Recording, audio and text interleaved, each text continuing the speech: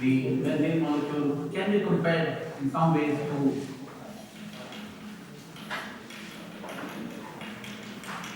ethylene, because both are sp2 hybridized, and therefore you will see that the electronegativity of carbon in both cases must be sort of similar.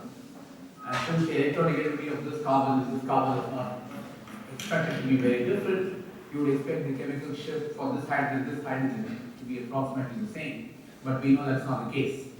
In fact, the benzene actually appears very de-shielded, and so it's quite some ways off where you would expect ethylene to, or where you observe ethylene to absorb. So the ethylene chemical shift and the benzene chemical shift are quite different, even though both deal with sp2 carbons. And we said what really happens there is the ring current effect, because of which you have a field in this direction.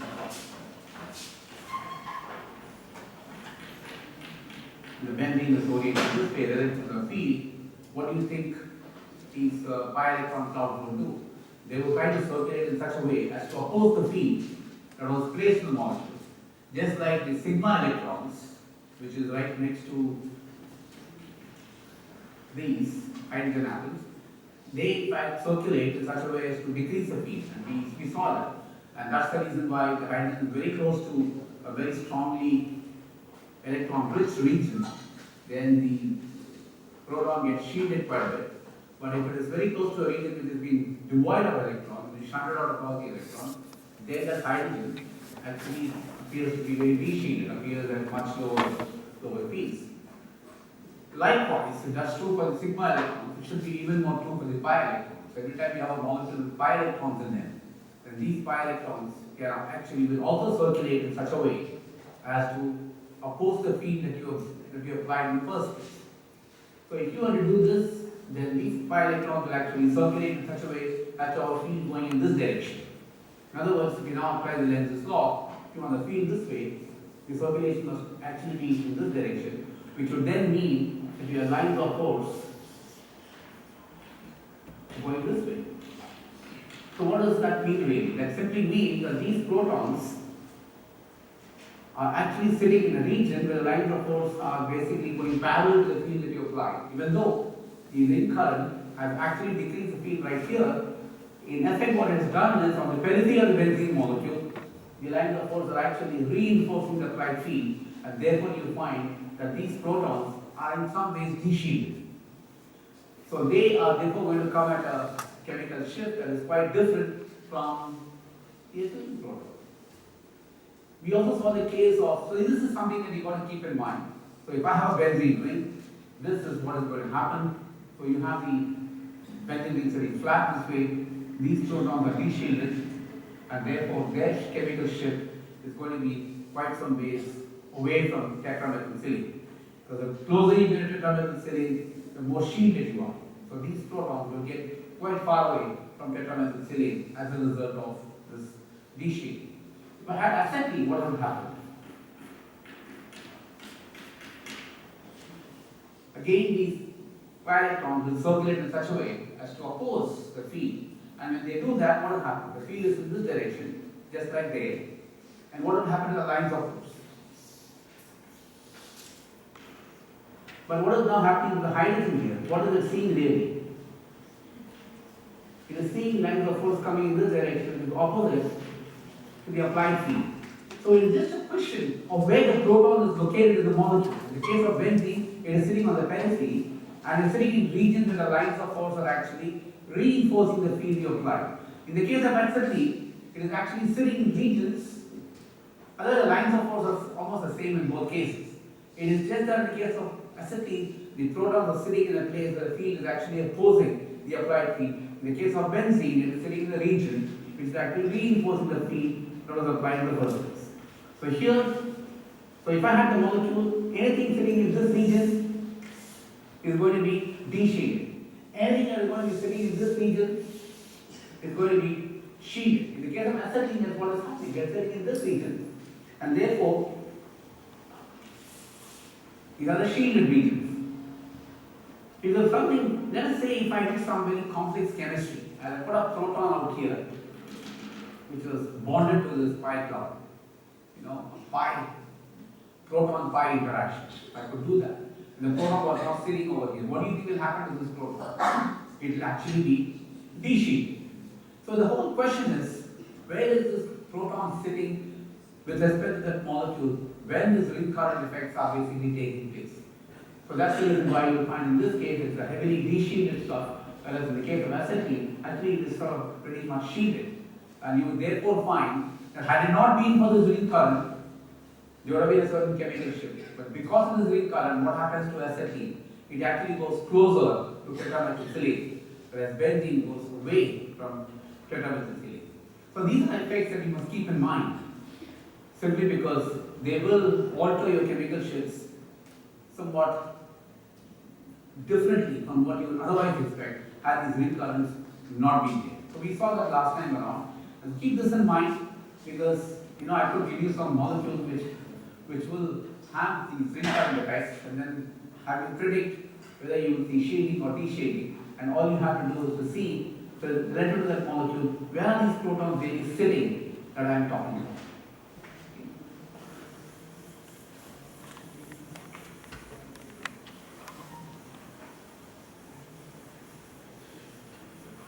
I will quickly go through the question of spin splitting, because I think you see some of you were not there the other day. I'll simply go through the spin splitting quickly so that we understand what's happening. We said this. Probing. How many peaks in NMR will I get? 2 peaks.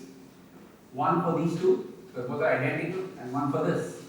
Which would be closer to tetramethylsilicate? The methyl. Right next to it would be here my TMS. So here's my methyl, and here's my methylene. How many protons do I have of the methyl relative to methylene? In what ratio? 6:2. Therefore, if I actually count the area under these peaks, the area will be the ratio of 6:2, telling me the proton count in these two cases.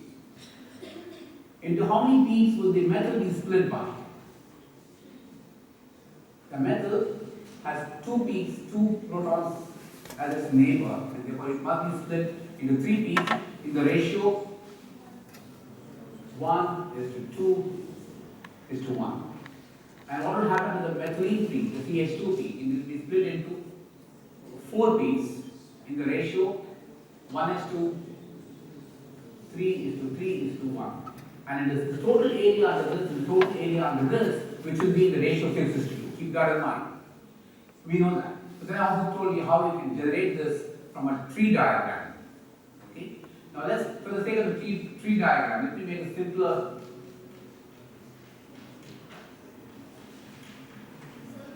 Yeah. Pardon me? Oh yeah. There are 6 protons. Not 2. Let's take this one and then do this tree diagram. Supposing I have this tree diagram. Let me make this simpler and put a carbon here and a carbon here. CH3, CH3. 2 protons, so how much will this be split by? Just like 6 gave me 7 over there. How much 2 will give me? It will give me 3. Into how many peaks will this be split by? 1. Okay, how do I get that? Let me take this fellow. This proton. It's got one neighbor on it, and this neighbor can be either plus or down, and therefore I get 2. That's the reason why I get 2 peaks for these 2 protons. For this one, what happens? This and this together will split it. So there are 2 neighbors splitting it. So what happens? The first one, let's say this one, splits that into 2. And then what happens? This one will split each of them into 2 more. And this distance over here, what is that called? The spin splitting constant. And let's say it's got a value A. Now this proton and this proton are equivalent protons, and therefore the splitting constant will be identical. So if this is split by A, this has to be split again by A. We'll go A by 2 on this side, A by 2 on this side, therefore the total will be A. What will happen to this one? will also be split into two peaks. It will be A by 2 on each side.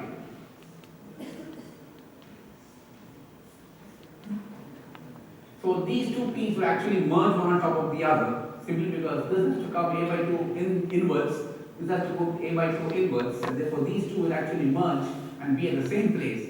And that's the reason why we say that this is the ratio 1, 2, and 1. Because I have one line in each of these two situations, but I have two of them, and therefore it is 1:2:1. And that's the reason why we have two protons is going to give me three features of it. Now, if we go further and draw these tree diagrams, but let me say that this is not bromine, but this is fluorine, then what happens? These two protons, will they be equivalent or non-equivalent? They are non-equivalent protons. They will have in fact different chemical shapes. They are non-equivalent protons. If they are non-equivalent protons, do you expect this A's to be the same in all these cases? Not necessarily.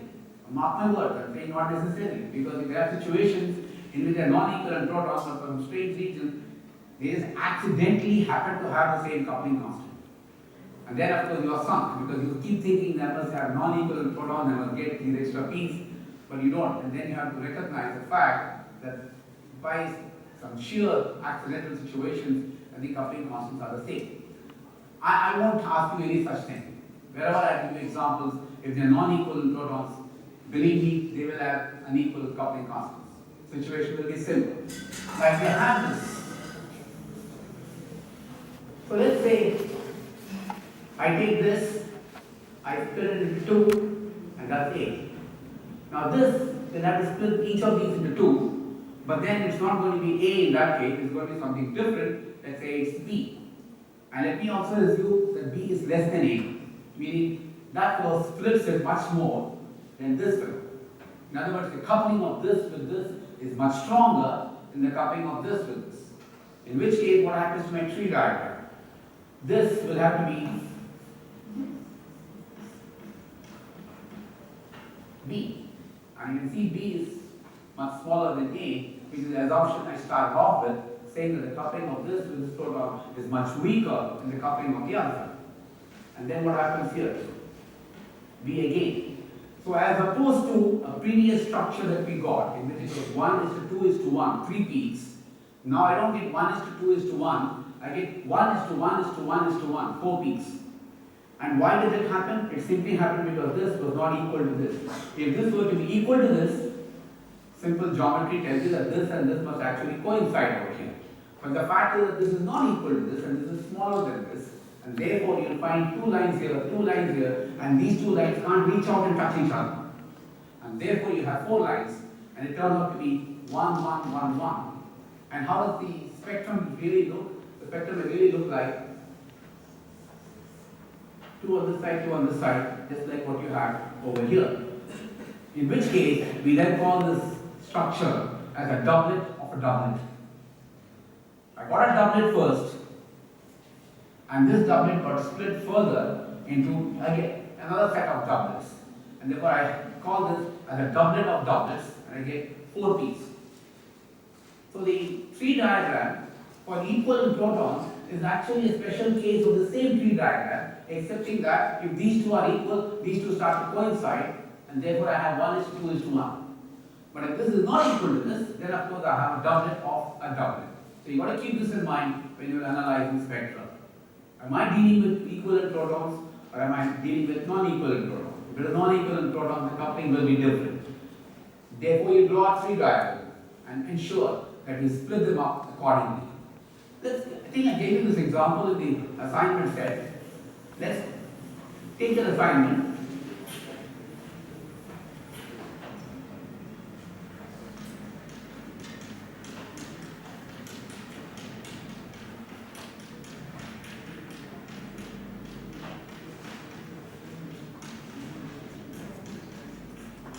I think something like this. How many peaks will I get in the spectrum? How many different types of protons are there? Well, these are the same because there is free rotation around this bond, and therefore these three protons would be equivalent. They are all the same. What about this one? is different from this. This is different, this is different. And therefore, you have a hydrogen 1, a hydrogen, no, I can't put it here because let me call it A, B, C, D. I didn't want to put 1, 2, and 3 because then it looked like deuterium and tritium. No, I didn't want that to happen. So I have A, B, C, and D. Therefore, 1 peak for this, 1 peak for this, 1 peak for this, and 1 peak for this group of 3. So I would get that, and the ratio would be 1:1:1:3. And that would fix up my proton count on this molecule. Now let's look at the splitting. What happens to this guy? How many peaks will that split into? There's only one neighbor, and therefore it will be split into 2 peaks. No issues there at all. What about this metal group? How many would it be split into? It's got one neighbor and nothing else, and therefore it will be split into 3. For the time being, we will not worry about what chlorine, iodine, and bromines can do. It's not so simple because if they have a non-zero I value, spin value, then they can come in and cause problems. But at this point in time and for this course, we are only looking at hydrogen, and a little later we'll look at carbon and we'll be done with that. I will simply, at the end of the day, just tell you what are the other nuclei that can give rise to NMR signals, but we will not worry about them as far as data analysis is concerned at this point in time. So we will restrict ourselves to looking at protons and carbon, and that's it. Carbons don't become an issue at this point in time. So let's not worry about the bromines and the iodines and the chlorines, because technically they can cause problems, but we will not worry about that problem. So this metal has one proton as its neighbor, will be split into 2. This proton has one proton as its neighbor, will be split into 2. Therefore, A will give me a doublet. D, 3 protons will give me